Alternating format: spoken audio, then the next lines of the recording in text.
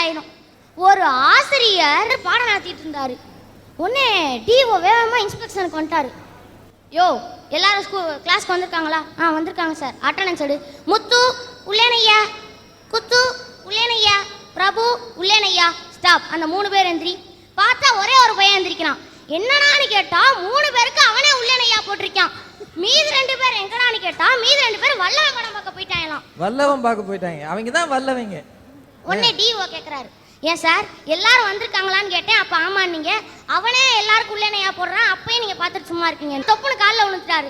Sir நான் வாத்தியார் இல்லை, சத்துணவு ஆர்கனைசரு, வரலாறு வாத்தியார், வரலாறு படம் பார்க்க போயிட்டாரு அப்படின்னாரு. ஓ, பையன் வல்லவன் போயிட்டா வாத்தியார் வரலாறு பார்க்க போயிட்டாரா? உடனே அந்த டிஓ சொன்னாரு, ஐயா நீ உண்மையை ஒத்துக்கிட்ட, நானும் உண்மையை ஒத்துக்கிறேன். நான் டிஓ கிடையாது, டிஓட கார் டிரைவர். அவர் அங்கே சில்லுன்னு ஒரு காதல் படம் பார்க்க போயிட்டாரு அப்படின்னாரு. இங்க யாருமே அவங்க கடமையை ஒழுங்கா செய்யல. அப்புறம் எப்படி நாடு முன்னேறும்? அடுத்து டிராபிக் போலீஸ் எடுத்துக்குவோம். சரி, 4 ரோடு இப்படி பிரியும். சரி, நடுவுல நின்னு வேலை பார்க்கறது தானே ஒரு வேலை. ஆக்சிடென்ட் ஆகாம பாத்துக்கணும். அப்படிலாம் செய்யறது இல்ல. போய் ஒரு மூலையில நிக்கிறது.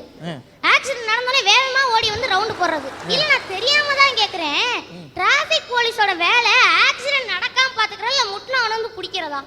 ஆக அவரும் சரியா வேலை செய்யறது. எல்லாம் வெறுத்து போச்சு சார். மக்கள் தான் கடமையை ஒழுங்கா செய்யலன்னு நினைச்சு நான் வந்தேன். இங்க வந்து இந்த அக்காவையும் கண்ணு தெரியாதவங்க டான்ஸ் ஆடுறாங்களே அவங்களையும் பார்த்த அப்புறம் கடவுளே நீ கூட உன் கடமையை ஒழுங்கா செய்யலையேன்னு நினைக்க வச்சிருக்கேன்.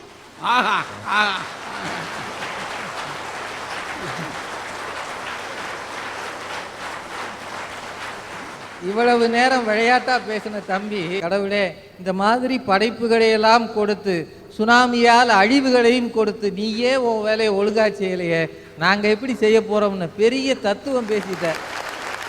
வாழ்த்துக்கள் ஐயா. எல்லாருமே கவர்மெண்ட்டை நம்பி வாழக்கூடாது. அதாவது இப்போ ஒரு கிராமம் முன்னேறணும்னா அரசாங்கம் உதவி பண்ணா நம்ம தான் நம்ம கிராமத்தை முன்னேற்றணும். அதுக்கு எடுத்துக்காட்டு எங்க கிராமம் தாயா. உங்க கிராமம் என்ன ஊருமா? மேலை சிவபுரின்னு பேரு. மேலை சிவபுரி எங்க இருக்குது? இங்க இருந்து 45 கிலோமீட்டர்ல இருக்கு. என்ன பண்ணிருக்கிறீங்க அந்த ஊர்ல? உயர்நிலை கல்வி இருக்குங்கய்யா. உண்மையிலே ஒரு கிராமத்துல இந்த மாதிரி வசதி உயர்நிலை கல்வியில இருக்குன்னா நீங்க நம்பவே மாட்டீங்கய்யா. நாங்க வந்து எங்க ஸ்கூல்ல இது வரைக்கும் 7000 மரக்கன்று நட்டு வச்சிருக்கோம் எங்க கிராமத்து மக்களுக்காக. இந்த பள்ளியிலிருந்து மேலை சிவபுரி என்கிற ஊர்ல இருந்து இந்த பள்ளி சார்பாக 7000 மரக்கன்றுகள் நட்டிருக்கிறாங்க. எவ்வளவு பெரிய சாதனை பாருங்க.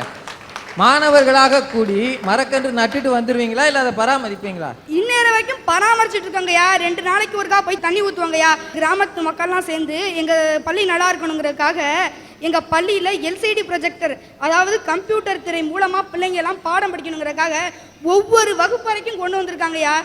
எந்த கிராமத்திலயா இருக்கு சொல்லுங்க இந்த வசதி? நாங்க இப்பெல்லாம் கம்ப்யூட்டர் திரை மூலமா தான் நாங்க படிச்சுக்கிட்டு இருக்கோம். மாணவர்கள் ஒரு கிராமத்துல கணினி திரை மூலமாக பாடம் படிக்கிற அளவுக்கு அந்த ஊரை மாத்தி இருக்கிறாங்க. பிள்ளைகளுக்கு தயவு செய்து உற்சாகம் கொடுங்க. இல்லைன்னா ஒவ்வொரு ஊரிலும் இந்த மாதிரி சிந்தனை வராமல் போகும்.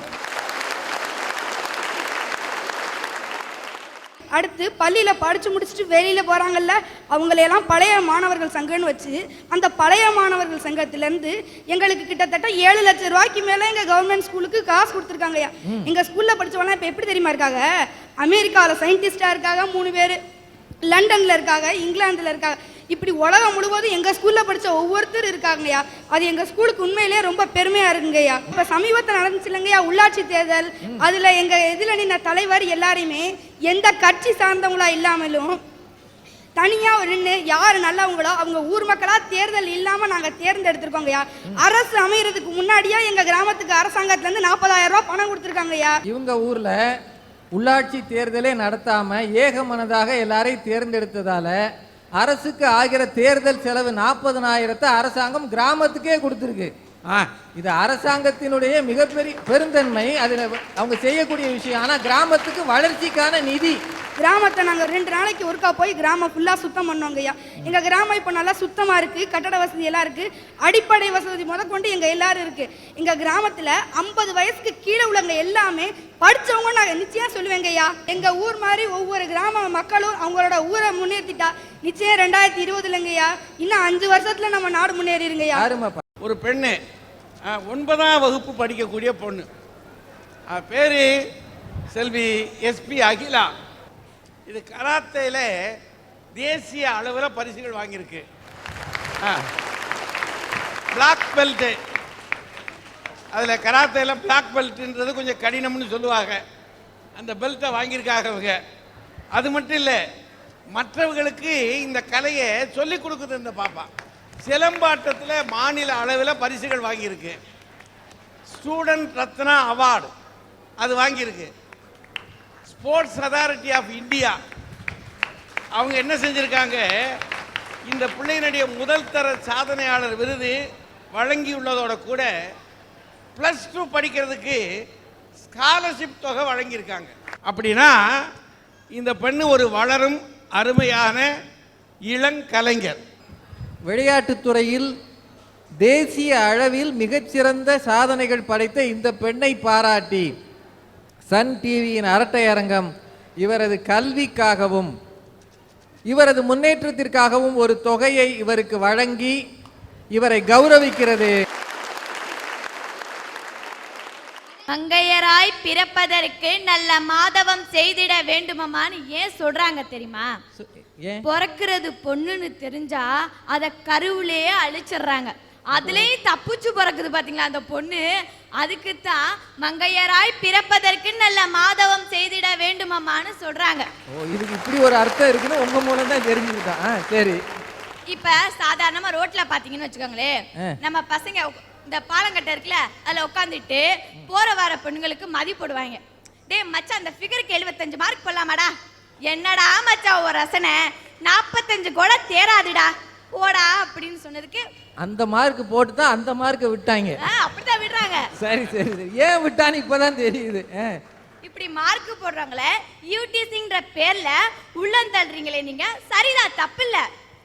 இதுவே உலக நாட்டில் இருக்கிற பெண்களை எல்லாம் கூப்பிட்டு குறுக்கு மறுக்குமா நடக்க விட்டு உலக அழகில தேர்ந்தெடுக்கிற பேர்ல 4-5 பெருசு உட்காந்துட்டு தேர்ந்தெடுக்குதுல, அது எங்க போச்சு உங்க யூடிசிங் சட்டம்? அதை புடிச்சு உள்ள போடுறதானே? அப்ப நாங்க ஒரு காட்சி பொருளாவா இருக்கோம்?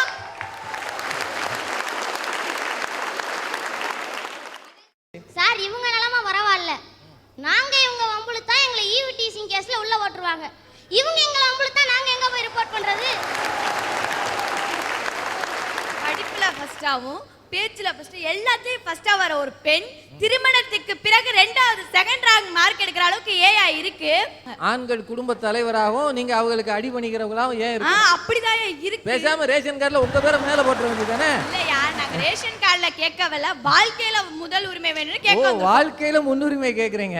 ஆண்கள் உயர்ந்துகிட்டும் பெண்கள் தாழ்ந்த நிலையிலிருந்து எந்த நாடாவது வல்லரசாய் பார்த்திருக்கீங்களா? ஒரு ஆணு உயர்ந்த நிலையிலும் பெண்ணும் அத சமநிலையில் இருந்தாதான் அந்த நாடு வல்லரசாகும். எங்க அம்மாவுக்கு 1987ல கல்யாணம் ஆகி ஈரோட்டுக்கு எங்க அப்பா கூட்டிட்டு போயிட்டாரு. சரி, அங்க கூட்டிட்டு போய் கொஞ்ச நாளா நல்லா தான் இருந்திருக்காங்க.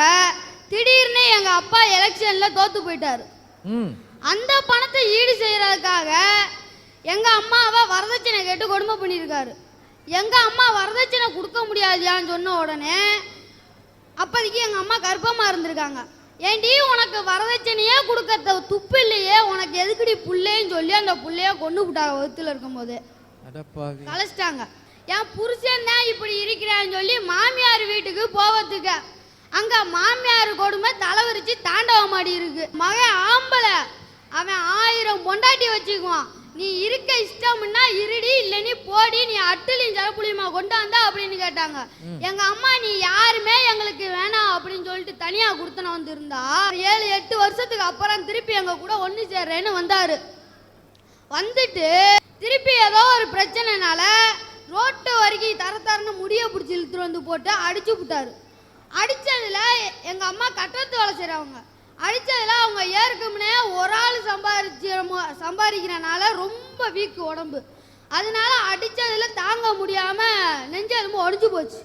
இந்த மாதிரி இருக்கிற நிலைமையில எந்த பிள்ளையா இருந்தாலும் இதைத்தான் செய்வான். நான் 1 மாசமா ஸ்கூலுக்கு போகாம தெரு தெருவா பிளாஸ்டிக் பை பொறுக்கி எங்க அம்மாவை காப்பாத்தினையா.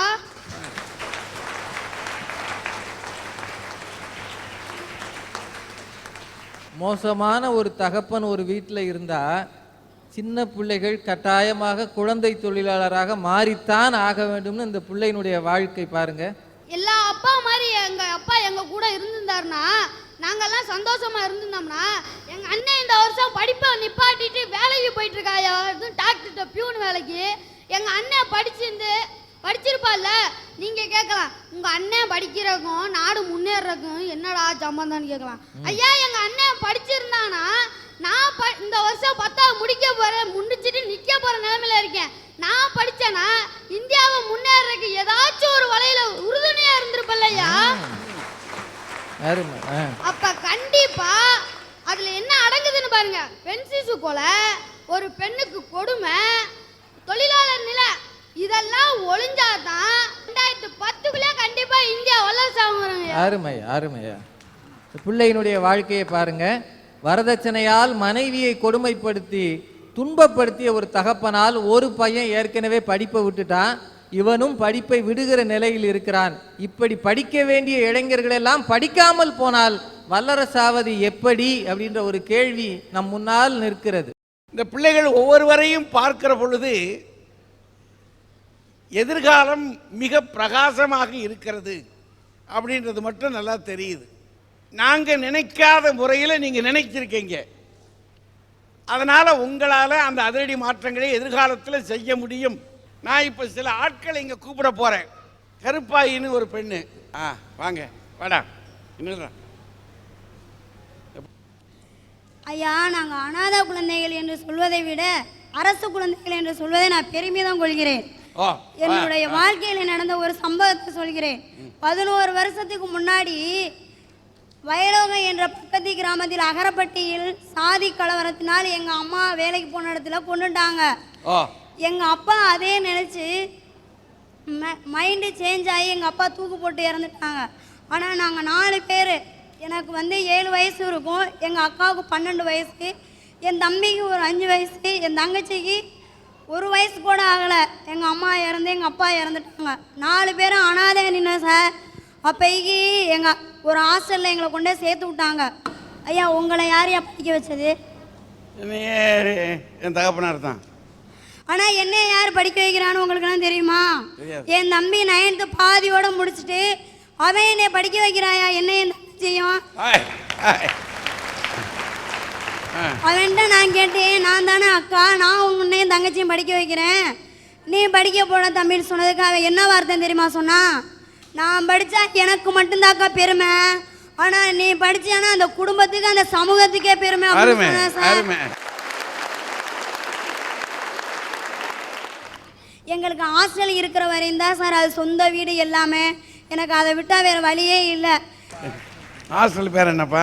சமூக நலத்துறையின் கீழ் சத்யா அம்மையார் நினைவு ஆதரவற்ற குழந்தைகள் படிச்சுக்கிட்டு வர்றேன். 11 வருஷமாக அந்த ஹாஸ்டலில் தான் நான் படிச்சுக்கிட்டு இருக்கேன்.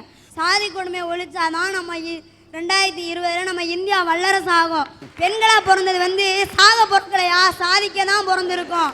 பிறந்தோம் வளர்ந்தோம் செத்தோன்னு இருக்கக்கூடாது. பிறந்தோம் வளர்ந்தோம் சாதிச்சோம்னு தான் இருக்கணும். நல்லா யோசிக்கங்க. இந்த நாட்டில் தமிழ் மக்கள் தான் இருக்கணும், தமிழர்களாகத்தான் இருக்கணும். ஆனால் என்ன நடந்து போச்சு, ஜாதியத்தை நாம் பந்தயம் போட்டு வச்சுக்கிட்டோம், பதியம் போட்டு வச்சுக்கிட்டோம். அதனால் இந்த ஊருக்குள்ளே ஜாதி தேவையா? லட்சுமின்னு ஒரு குழந்தை, உன் கதையை சொல்லுடா. 4 வயசு இருக்கு எனக்கு. எங்கள் அப்பாவுக்கு சோறு கொடுக்க போனேன். அப்போதைக்கு எங்கள் அப்பாவுக்கு சோறு கொடுத்துட்டு நான் திரும்ப வரையில் குறுக்கு பாதையில் போயிட்டு இருந்தேன். ஒரு 4 பேர் என்னை அம்மாட்ட கூட்டி போகிறேன்னு சொல்லி என்னை கூட்டி போயிட்டாங்க. அதாவது கடத்திட்டு போயிட்டாங்க. அவங்க கூட்டி போய் ஒரு இடத்துல வச்சுருந்தாங்க, ஒரு ரூமில் அடைச்சி போட்டிருந்தாங்க. சாப்பிட்றதுக்கு சாப்பாடு கொடுத்தாங்க. கொஞ்ச நேரம் தூங்கி எழுந்திரிச்சு பார்த்தேன், அவங்க பேசிக்கிட்டு இருந்தாங்க. டே, இந்த பிள்ளைய கண்ணு நோண்டி பிச்சை எடுக்க வைக்கலாம்டா, கை காலெல்லாம் உடைச்சி பிச்சை எடுக்க வைக்கலாம்டா, நமக்கு நிறையா வசூலாகும், கண்ணை விற்றா நமக்கு நல்லா வசதியாக நிறையா வாழலாம் அப்படின்னு சொல்லிட்டு இருந்தாங்க. அதை கேட்டு நான் பயந்து அவங்கள்ட்ட தப்பிச்சு வந்துட்டேன். ஒருத்தவங்க வழியில் வந்திருக்காங்க. நீ யாருன்னு கேட்டாங்க. அவங்க அப்புறம் ஒவ்வொரு ஊராக கூட்டி போய் இது உங்கள் ஊரா இது உங்கள் ஊரான்னு காமிச்சாங்க. நான் இது இல்லை அப்படின்னு சொல்லிட்டு இருந்தேன். ஒரு ஊர் வந்துச்சு, விராலிமலை. அதான் விராலிமலை. அந்த ஊரில் ஸ்கூல் இருந்துச்சியா. அது எங்கள் ஊரில் மட்டும்தான் ஸ்கூல் இருக்குன்னு நினச்சிட்டு ஸ்கூல் இருக்க ஊரை எங்கள் ஊர் சொல்லிட்டு. உனக்கு 4 வயசு. சரி. அவங்க ஹெட்மாஸ்டர்கிட்ட விட்டாங்க. ஹெட்மாஸ்டர் விட்டுட்டு அவங்க போயிட்டாங்க. சரி. ஹெட்மாஸ்டர் நீ யாருன்னு கேட்டாங்க. அப்புறம் நான் நடந்ததை நான் சொன்னேன். அப்புறம் எங்கள் ஆசிரமத்தில் போய் விட்டாங்க. இந்த ஆசிரமம்? வெள்ளையம்மா வள்ளலார் ஆசிரமம். வள்ளலார் ஆசிரமா? சரி. அங்கே தான் நான் 10 வருஷமா வளர்ந்துட்டு வரேன். எங்கள் அம்மா பேர் வந்து மேரியா. உங்கள் அம்மா பேர் மேரி. சரி. எங்கள் அப்பா பேர் சுப்பிரமணியன். சுப்பிரமணியன். எங்கள் அண்ணன் பேர் வந்து பாஸ்கர். பாஸ்கர். எங்கள் அக்கா பேர் வந்து ஜான்சி ராணி. உலகமெங்கும் இந்த நிகழ்ச்சியை பார்த்து கொண்டிருக்கின்ற சன் டிவி நேயர்கள், இந்த பெண்ணை இப்ப பார்க்கிற நேயர்கள், எங்காவது இவர்களுடைய பெற்றோர்கள் இருப்பார்கள் நிச்சயமா. அவர்களுக்கு இந்த செய்தியை நீங்கள் கொண்டு போவீர்கள் என்று சொன்னால் இந்த குழந்தைக்கு நீங்கள் மிகப்பெரிய உதவியை செய்திருக்கிறீர்கள். அடுத்தது சங்கீதா. அனைவருக்கும் என்னுடைய வணக்கம். எங்கள் அப்பாவுக்கு வந்து எய்ட்ஸ் நோய் இருந்துச்சு. அதனால எங்கள் அப்பா வந்து இறந்துட்டாங்க. எந்த ஊர்? நான் வந்து லால்குடி திருமங்கலத்தில் இருக்கேன். லால்குடி கிராமம் தான். சரி. அவர் செஞ்ச அந்த அறியாமையால ஒரு பாவமரியாதை எங்கள் அம்மாவும் இறந்துட்டாங்க. ஓ, அவங்களுக்கு எய்ட்ஸ் வந்துருச்சு. சரி. அப்போ அவங்க 2 பேரும் இறக்குறப்ப எனக்கு வயசு 10, என் தம்பிக்கு வயசு 5. இப்போ நான் வந்து ஒரு ஹாஸ்டலில் தங்கி படிக்கிறேன். என் தம்பியும் ஒரு அநாத ஆசிரமத்தில் சேர்த்து விட்ருக்காங்க. அவனை பார்த்தே 4 வருஷம் ஆச்சு. கடவுள் வந்து எனக்கு உள்ளத்தில் தான் நோயை கொடுத்தாரு, ஆனால் எனக்கு உடல்லையும் ஒரு நோயை கொடுத்துருக்காரு. எனக்கு வந்து மூளையில் வந்து கட்டி இருக்குது. ஓ ஓ. அதனால என்னால் படிக்க முடியல. ஓ, பாருங்களேன், இது 3வது கிராமம். கிராமத்தில் இருக்கக்கூடிய இளைஞன் திருமணம் பண்ணிக்கிட்ட பிற்பாடு எங்கேயோ போய் எய்ட்ஸை வாங்கிட்டு வந்திருக்கிறான். அவன் வாங்கி கொண்டு வந்து ஏதுமறியாத மனைவிக்கு அதை விளைவிச்சிட்டான். அதில் விளைந்த பிள்ளை விளைவு என்ன? அந்த தகப்பன் செய்த தவற்றுக்காக இந்த பிள்ளை தன்னுடைய மூளையில் கட்டியை சுமந்துக்கிட்டு இருக்கான். இப்போ இதே சுகப்படுத்தணும், இதற்கு அறுவை சிகிச்சை செய்ய வேண்டும் என்றால் எவ்வளவு பணம் ஆகும்? பரீட்சை எழுத முடியலை, மயக்கம் வருது, ஃபிட்ஸ் வந்துடுது இல்லையா? ஃபிட்ஸ் வந்துடுது. அப்படின்னா ஒரு பெண் குழந்தை என்னை பாடுபடும்ன்றதை யோசிச்சு பாருங்க. எங்கே போகணும், அதை எப்படி செய்ய வேண்டும் என்பதற்கு 2 உதாரணம் நாம் இங்கே மேடையில் கேட்டோம். 2 காண்டி. ஒரு பக்கம் மேலை சிவபுரி. இந்த பாப்பா பேசிச்சு பார்த்தீங்களா? நான் அதை ரொம்ப கவனமாக கேட்டுட்டு வந்தேன். இந்த மேலை சிவபுரியிலே அந்த ஊர்க்காரர்களே சேர்ந்து 7000 மரம். யோசிச்சு பாருங்க. இந்த பிள்ளைகள் 2 நாளைக்கு ஒரு முறை அதற்கு நீர் விடுவது மட்டுமல்ல, தூசு துப்பட்டைகள் இருந்தால் அப்புறப்படுத்துவது, வீதியை செதுக்குவது, செப்பனிடுவது என்று ஊர் சுகாதாரத்தை நமக்கு நாமே, நம் ஊருக்குள் நாமே செய்து முடித்து விட வேண்டும் என்று திட்டமிட்டு இந்த ஊர்க்காரர்கள் செய்திருக்கிறார்கள் என்று சொன்னால், கிராமத்துக்குள்ளே செயல்படுகிற மக்கள் இருக்கிறார்கள். இப்படியும் இருக்கு, இப்படியும் இருக்கு. அது ஒரு உதாரணமாச்சா? அந்த பக்கத்தில் அந்த பையன் உட்கார்ப்பா. அதான் நீங்க என்ன செஞ்சீங்க? அரசினர் மாணவர் விடுதி கட்டி கொடுத்தோம், தார்ச்சாலைகள் போட்டு கொடுத்தோம். ஊருக்கு அவங்களே சாலை போட்டுக்கிட்டாங்களாம். ஆச்சுங்களா? இன்னொரு பையன் ராஜேஷ்குமார். வாங்க வாங்கய்யா, வாங்க. என் பேர் ராஜேஷ்குமார், 8th ஸ்டாண்டர்ட் படிக்கிறேன். கந்தான பிரச்சாரத்தில் ஈடுபட்டு இது வரைக்கும் 500 பேர்லேருந்து கந்தான உறுதிமொழி படிவம் வாங்கியிருக்கேன். ஃபஸ்ட்டு கம்பன் கழக விழாவில் பண்ணோம். அங்கே வந்து பார்த்தவங்களாம் விசிட்டிங் கார்டு வாங்கிட்டு போயிட்டு அவங்களாம் வந்து எங்களை ப்ரோக்ராமுக்கு கூப்பிட்டாங்க. நாங்கள் போயிட்டு கந்தான பிரச்சாரம் பண்ணோம். எங்களுக்கு வந்து நிறையா பேர் வந்து கந்தான ஒப்புதல் படிவம் அங்கேயும் கொடுத்தாங்க. சரி, அதாவது 8ஆம் வகுப்பு படிக்கக்கூடிய இந்த பிள்ளை, இவருடைய வயதில் 500 கண்டானங்கள் அது பெறுவதற்கான எல்லார்ட்டையும் ஒப்பந்தம் வாங்கிக்கிட்டார் இல்லையா? கையெழுத்து வாங்கியிருக்கார். இதை மட்டும் இல்லை, கண்டானத்தின் அவசியத்தை பற்றி அங்கங்கே போய் பிரச்சாரம் பண்ணுறார். இவர்கள் வயதில் நாளை போய் செய்ய போகிறது இருக்கட்டும், இன்றைக்கே நீங்கள் செய்வதற்கு உங்களுக்கு வேலைகள் இருக்கின்றன. அந்த வேலையை என்ன செய்கிறது? இவர் மாதிரி கண்டானம் பெறுவதற்கான வாய்ப்புகளை தேடிப்போவது ஒரு புறம், இன்னொரு புறம் உங்கள் ஊர் ஓய்வு பெற்ற பெரியவர்களை சந்தியுங்கள். 1. 2, உங்க ஊர்ல படிக்கிற பிள்ளைகள் ஆணும் பெண்ணும் ஒன்று சேருங்க. உங்கள் கிராமத்தை நீங்கள் நேசிப்பது உண்மை என்றால் இந்த நாட்டை வல்லரசாக ஆக்கப் போவது உண்மை என்றால் நீங்கள் செய்ய வேண்டிய வேலையை நாளை சாதிப்பதை காட்டிலும் இப்பொழுது நீங்கள் எல்லாரும் ஒன்று சேருங்கள். எல்லாரும் ஒன்றாக நிமிர்ந்து நின்று இந்த மண்ணை 2020க்குள் வளம் பெற்ற நாடாக, வல்லரசாக, எல்லா உலகங்களிலும் இருக்கக்கூடிய நாடாக நிமிரச் செய்வதற்கு நாம் செய்ய வேண்டிய வேலையை இப்போது கிராமங்களுக்குள்ளே நுழைவோம், கிராமங்களை சீர்திருத்துவோம், ஊருக்குள்ளே இருக்கிற ஜாதி அவலங்களை போக்குவோம், ஊருக்குள்ளே இருக்கின்ற ஒற்றுமையின்மையை போக்குவோம். நாம் எல்லாரும் ஒரு தாயின் பிள்ளைகள் என்பதை நிலைநிறுத்துவோம் என்று கூறி சன் டிவியின் அரட்டை அரங்கம் நிறைவு செய்கிறது. வாழ்த்துக்கள், நன்றிகள், வணக்கம்.